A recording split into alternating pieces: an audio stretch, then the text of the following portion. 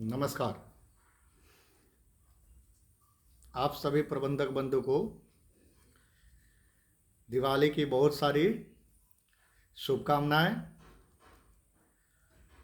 आप सभी प्रबंधक बंधु जानते हैं कि पैक्स प्रबंधकों के लिए जो सेवा शर्त नियमावली तैयार हुई थी, उसके संदर्भ में बहुत सारे प्रबंधक बंधु जो हैं लगातार फ़ोन कर रहे हैं। जबकि इसके पिछले बार की जो वीडियो में हमने माननीय मंत्री महोदय से जो भी बातें हुई, उसके संदर्भ में आप सभी को वीडियो के माध्यम से यानी पैक्स प्रबंधक संघ बिहार के चैनल के माध्यम से आप सभी को अवगत करा दी गई थी।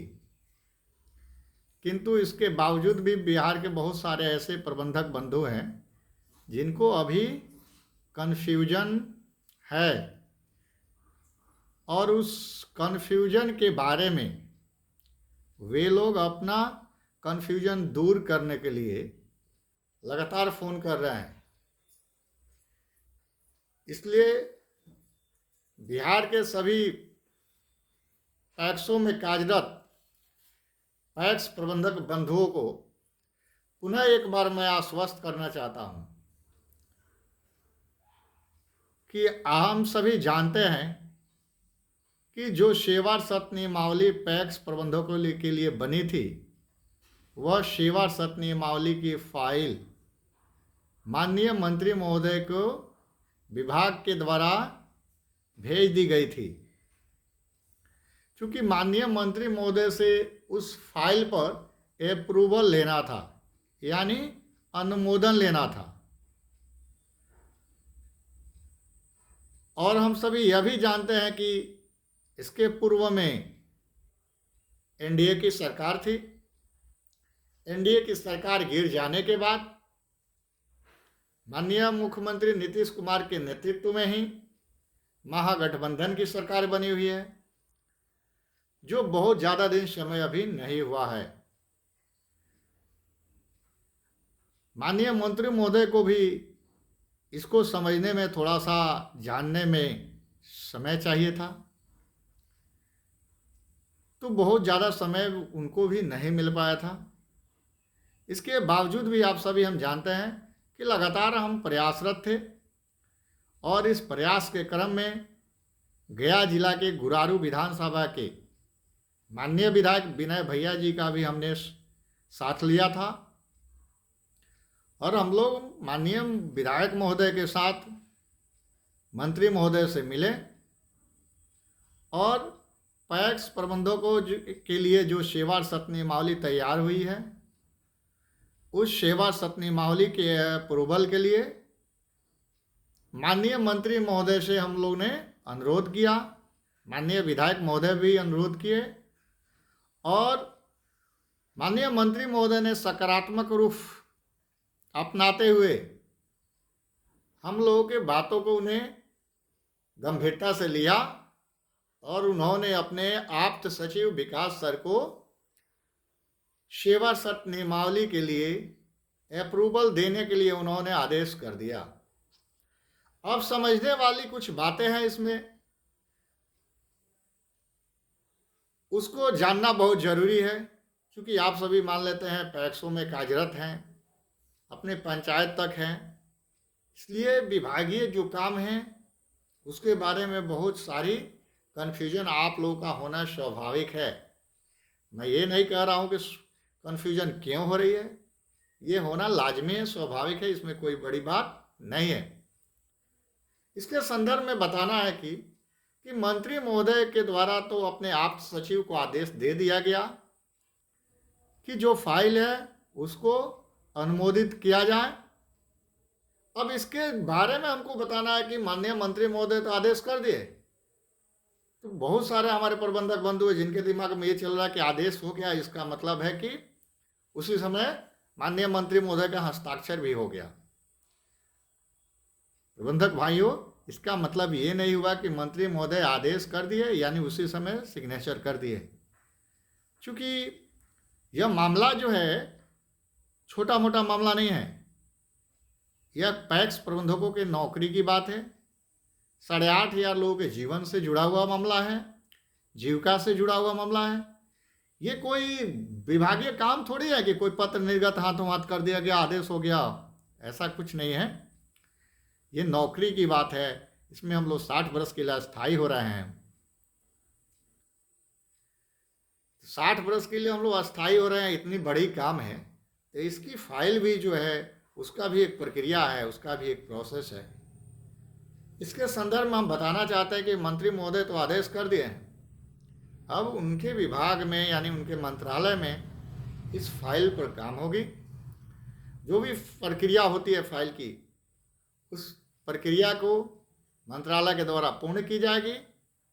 उसके बाद माननीय मंत्री महोदय का सिग्नेचर होगा और सेवा शर्त नियमावली को अप्रूवल मिल जाएगा।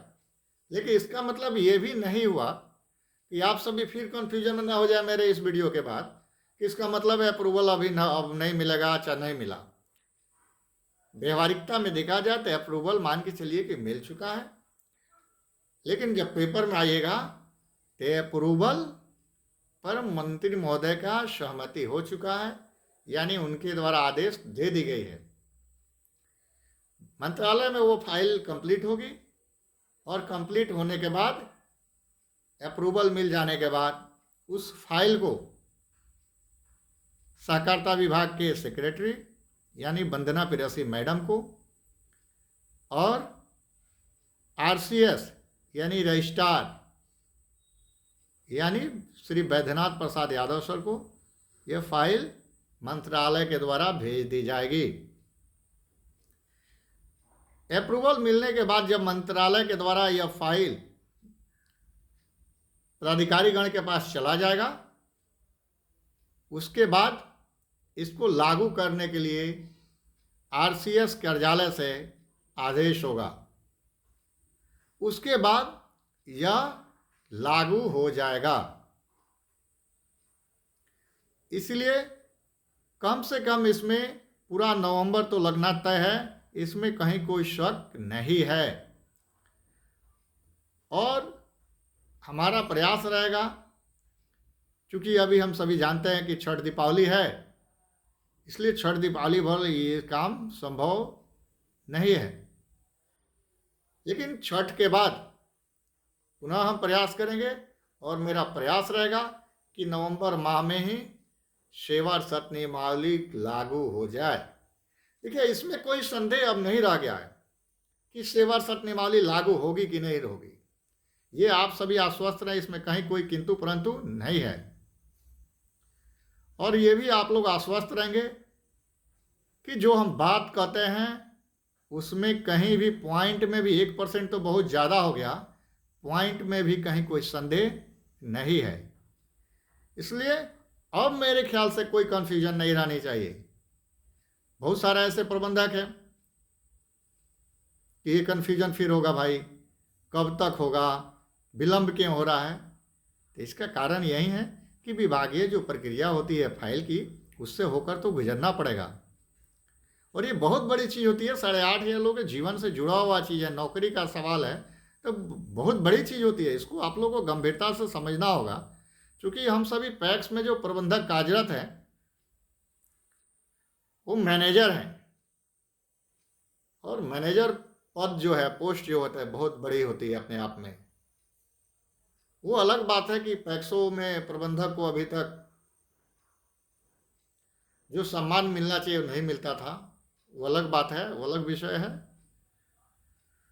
लेकिन ये भी सत्य है कि संघर्ष बेकार नहीं जाता है, संघर्ष करना चाहिए। अपने हक, अपने अधिकार की लड़ाई, कर्तव्य की लड़ाई भी समझनी चाहिए। सिर्फ अधिकार ही नहीं समझना चाहिए, अपने कर्तव्य भी समझना चाहिए। यह निस्संदेह है कि हम लोग की नौकरी सुनिश्चित हो चुकी है, इसमें कहीं कोई इफ और बट नहीं है। और मैं ये बात पूरी विनम्रता पूर्वक कर रहा हूँ। ऐसा नहीं है कि इसमें मेरा कोई ईगो है, कोई मेरा अभिमान है। हाँ, ये सत्य है कि संघर्ष करना चाहिए। जब आदमी संघर्ष करता है तो उसका फल मिलना है, थोड़ा पहले मिले या थोड़ा बाद मिले, इसमें कोई शक नहीं है। इसलिए हम आप लोगों से आग्रह करेंगे कि आप लोग आश्वस्त रहें और इसमें कहीं कोई कन्फ्यूजन नहीं होना चाहिए कि सेवा सत्यमाली लागू होगी कि नहीं होगी। एक शब्द में आप लोग व्यवहारिकता में यह मान के चलें कि सेवा सत्यमाली लागू हो गई है। इसका मतलब ये हुआ कि हम लोग 60 वर्ष के लिए अस्थायी हो चुके हैं। साथ ही साथ आप सभी से पुनः मेरा हाथ जोड़कर विनम्र निवेदन है कि आप सभी संगठन को एकजुट करें, मजबूत करें, सशक्त करें। जब तक हम लोग संगठित नहीं होंगे, जब तक हम लोग मजबूत नहीं होंगे, आगे की लड़ाई भी हम लोग नहीं लड़ पाएंगे। देखिए, बिना मांगे तो कुछ नहीं मिलने वाला है, ये तो सही है। और हम लोग की मंजिल यही नहीं है कि हम लोग 60 वर्ष के लिए अस्थायी हो गए, अब इसके बाद हम लोग को बैठ जाना चाहिए। हाँ, ये गर्व का पल जरूर है, क्षण जरूर है कि 2022 हम लोग के लिए, हम लोग के जीवन के लिए बहुत अहम है, बहुत मायने रखता है। चूँकि बहुत सारे ऐसे प्रबंधक हैं जो 15 बरस, 20 बरस, 25 बरस से कार्यरत हैं, लेकिन किसी को यह उम्मीद नहीं था कि हम लोग 60 वर्ष के लिए अस्थायी होंगे और अस्थायी होने के साथ साथ हम लोग को अन्य सारी सुविधाएं भी मिलेगा।